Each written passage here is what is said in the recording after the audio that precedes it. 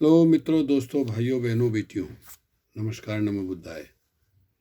भारत में एक मेरे बहुत परम प्रिय सम्मानित मित्र जो निर्वाण प्राप्त हुए, कोरोना की भेंट में चढ़ गए। कोरोना के कारण वो चले गए हमें छोड़ करके। विद्वान थे, मेरे बड़े अच्छे मित्र शांति स्वरूप बोध जी। उन्होंने भेजा था मुझे एक आर्टिकल, रखता हूँ आपके सामने। वो कहते हैं, परम पूज्य बोधिसत्व बाबा साहेब का साहित्य ही हमारा असली नेता। क्या कहते हैं बोधाचार्य शांति स्वरूप बोध जी? संसार के महानतम विद्वानों में से एक Baba Saheb doctor B are Ambedkar का हम किन शब्दों में धन्यवाद करें, जिन्होंने अपने अमर साहित्य द्वारा यह तथ्य उद्घाटित किया कि वर्तमान भारत के दलित, शोषित, वंचित, अछूत, अंत्यज एवं पिछड़े वर्ग के लोग सदा सदा से ही पिछड़े और अंत्यज नहीं थे। एक युग ऐसा भी था जब इस देश में इनके पुरखों का सिक्का चलता था। इस देश के सभी किलों पर उनके पुरखों की ध्वजाएं फहराती थी। इस देश के चप्पे चप्पे पर हमारे पुरखों का राज था तथा सारे देश में समृद्धि, खुशहाली व्याप्त थी। सदाचार का ये हाल था कि लोग अपने घरों में ताले तक नहीं लगाते थे। सभी के जान माल सुरक्षित थे। भ्रष्टाचार और बलात्कार जैसे शब्दों का प्रयोग की आवश्यकता नहीं पड़ती थी। सम्राट अशोक, कनिष्क, हर्षवर्धन जैसे महान युग पुरुषों से हमारा पारिवारिक संबंध बाबा साहेब के द्वारा ही जग जाहिर किया गया। कला और संस्कृति के नाम पर अजंता, कन्हेरी, बाघ आदि गुफाओं का डंका सारे संसार में पिटता था। दुनिया भर के व्यापारी भारत के शहरों में व्यापार करने आते थे। आखिर इस देश के शासक एवं देश के सबसे अधिक बहादुर लोग अछूतों जैसा दीनहीन जीवन व्यतीत करने को क्यों और कैसे मजबूर हुए? इस तथ्य की गहराई में पहुंचकर पता चलता है कि हमारे पुरखों के साथ ब्राह्मणों ने पुष्यमित्र सुंग की रहनुमाई में षड्यंत्रपूर्ण छल किए और हमारे भोले भाले किंतु सदाचारी पुरखों को सत्ता से हाथ धोना पड़ा। राजनीतिक पतन के पश्चात हमारे पुरखों और हमारे पूज्य भिक्षुओं के साथ कत्लेआम किया गया।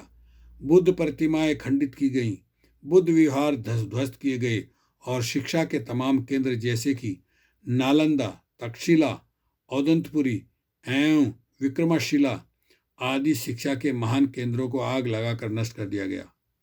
इस देश के तमाम बौद्धों को गुलाम बना लिया गया और बौद्धों को सदा सदा के लिए गुलाम बनाए रखने के लिए उनकी शिक्षा पर प्रतिबंध लगा दिया गया एवं छूत छात तथा जातिवादी हथकंडों के माध्यमों से उनका मनोबल गिराकर संगठित होने की संभावना को सदा सदा के लिए समाप्त कर दिया गया। इसके पश्चात इस देश में ब्राह्मणवादियों द्वारा कपोल कल्पित ग्रंथों की रचना करके उनका प्रचार प्रसार बहुत मजबूती के साथ सारे देश में किया गया। शिक्षा के अभाव में ये देश तमाम झूठे एवं मनगढ़ंत ग्रंथों के अनुसार जीवन यापन करने के लिए विवश कर दिया गया। आज अंधविश्वास एवं पाखंडवाद का जितना नांगा नाच देखने को मिलता है, यह सब इसी कारण संभव हो सका।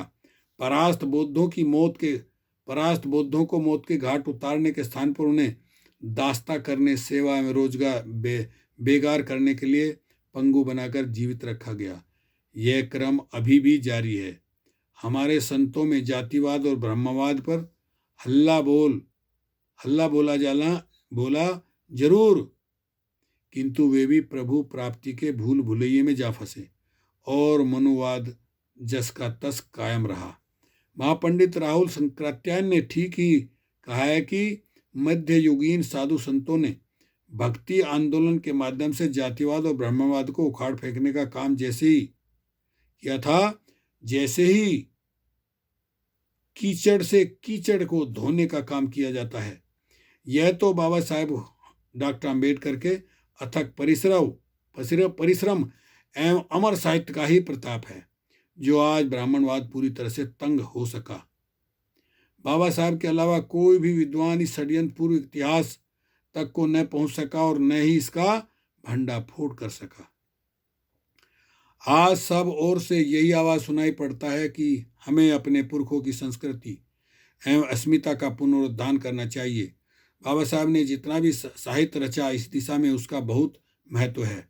बाबा साहब ने पहले यह कार्य किया बाबा साहब से पहले यह कार्य किसी ने नहीं किया, किंतु अब अपने पुरखों के साथ हुए अन्याय और अत्याचारों का राग अलापते रहना या फिर अपनी पूर्व विरासत पर गर्व करते रहने से काम नहीं चलेगा। अब हमें अपनी भावी पीढ़ियों के लिए कुछ ठोस कार्य करना होगा ताकि वे भी हम पर कुछ तो गर्व कर सकें। शोषितों के तमाम नेता आज राजनीतिक गलियारों में निम्न से निम्न स्तर पर गिरकर स्वार्थ सिद्धि हेतु समझौते करने में लगे हुए हैं। दलित नेताओं ने अपने जीवन के लक्ष्य को रहस्यमयी ढंग से बदल डाले। जिनकी प्राथमिकता समाज का कल्याण करने की होनी चाहिए थी, उसके स्थान पर दलितों के सभी नेता धन्ना सेठ धनाढ़ बनने की होड़ में लग गए। हमारे समाज के जितने भी लोग राजनीति में गए, चाहे उन्होंने किसी भी रंग की टोपी पहनी हो, पर किसी भी रंग का झंडा हाथ में संभाला हो, वे सब के सब अपनी पार्टियों के मालिकों के हुक्म के गुलाम हैं। अगर उनकी पार्टी में रहते हुए इलेक्शन में टिकट प्राप्त करना है तो उनकी ही जी हुजूरी करनी होगी। जी हुजूरी करने वाला कभी अपने समाज के अधिकारों की प्राप्ति की आवाज़ नहीं उठा सकता।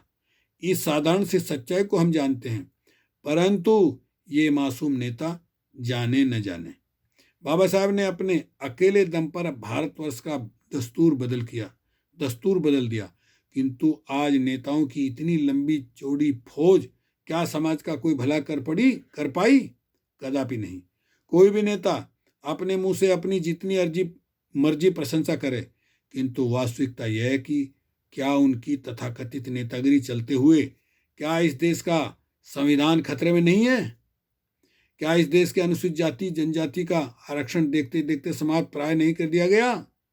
क्या बहुजन वर्ग के अधिकारों पर डाका डालने के लिए न्यायपालिका का दुरुपयोग नहीं हो रहा है?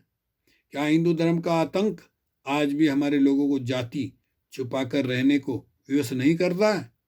क्या आज का बहुजन समाज पहले से अधिक असंगठित नहीं है? क्या आज भी हमारे तथाकथित नेता गुलामों की तरह अपनी ही समाज के नेताओं की आलोचना नहीं करते?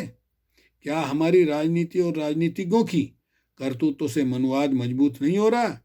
यदि उपरोक्त प्रश्नों का उत्तर हाँ में है, तो क्या कोई भी व्यक्ति अपने आप को बहुजन समाज के नेता कहने का दुस्साहस कर सकता है? अगर इस पर कोई अपने समाज शोषित और वंचितों का नेता कहे तो वह स्वयं को ही धोखा देने का काम कर रहा है, हमें नहीं। हम तो उनकी औकात की बात को जानते हैं। आज भारतवर्ष में लोकतंत्र को उखाड़ने और मनुवाद को स्थापित करने के लिए नए नए षड्यंत्र रचे जा रहे हैं। भारतीय संविधान जिसके लागू होने के पश्चात इस देश के दलितों की दशा में आमूल चूल परिवर्तन आया था, को हटाकर मनुस्मृति जैसे कलुषित ग्रंथों को लागू करने के प्रपंच गढ़े जा रहे हैं। बाबा साहेब डॉक्टर अम्बेडकर के चरित्र की धूमिल एवं कलंकित करने के लिए अरुण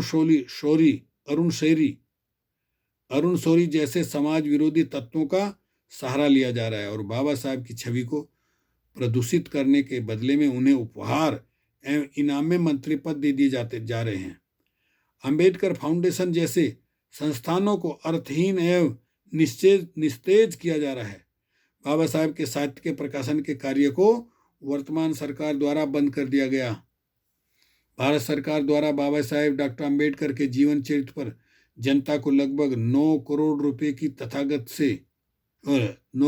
की लागत से जब्बार पटेल जी के निर्देशन में एक फिल्म का निर्माण किया गया। खेद का विषय है कि दलित नेताओं की विशाल फौज की मौजूदगी के बावजूद इस फिल्म का प्रदर्शन महाराष्ट्र प्रदेश के अलावा भारत भर में कहीं भी नहीं किया गया। भारतवर्ष का दलित समाज अब यह सोचने पर मजबूर हो गया है कि आखिर इन भांति भांति के रंग टोपियां पहने हुए इन नेताओं का आखिर समाज को क्या लाभ। इतना होने पर भी दलितों के मक्कार एवं अवसरवादी नेताओं ने आंख मूंद कर समाज के दुश्मनों से हाथ मिलाने का काम जारी रखा हुआ है। आखिर ऐसे नेताओं के बलबूते पर हम अपनी संस्कृति विरासत पुनः स्थापित करने में कैसे सफल हो सकते हैं? इसका एक ही उत्तर हो सकता है कि बाबा साहेब के अरमानों के अनुरूप हम भारतवर्ष के धार्मिक आंदोलन को बलवान करें और बाबा साहब के क्रांतिकारी एवं कल्याणकारी साहित्य को घर घर तक पहुंचाने का उत्तरदायित्व निभाएं, तभी इस देश में सार्थक क्रांति का सूत्रपात्र किया जा सकता है। अंतोतगत्वा कहना ही होगा कि आज इस समाज का कोई भी व्यक्ति नेता नहीं जो इनकी समस्याओं को लेकर जूझ सके। हमारा नेता तो बाबा साहब डॉक्टर अम्बेडकर द्वारा रचित उनका अमर साहित्य है। सम्यक प्रकाशन पुस्तक बौद्धाचार्य शांति स्वरूप बोध के आर्टिकलों के संग्रह, संपादक संदीप बौद्ध। नंबर है उनका 9810249452। दूसरा नंबर है 9818390161। इन नंबर पर फ़ोन करके आप सम्यक प्रकाशन से किसी तरह का भी साहित्य आप घर बैठे मंगवा सकते हैं। बिना साहित्य के उत्थान होना दुर्लभ है। तो साथियों, इन्हीं शब्दों के साथ इस वीडियो को यहीं समाप्त करता हूँ। ओके, शुक्रिया, धन्यवाद। वीडियो को शुरू से आखिर तक पूरा सुनिए, देखिए, कमेंट कीजिए, लाइक कीजिए, सेंड कीजिए और घंटी पर भी बटन दबाइए प्लीज़। ओके, शुक्रिया, धन्यवाद।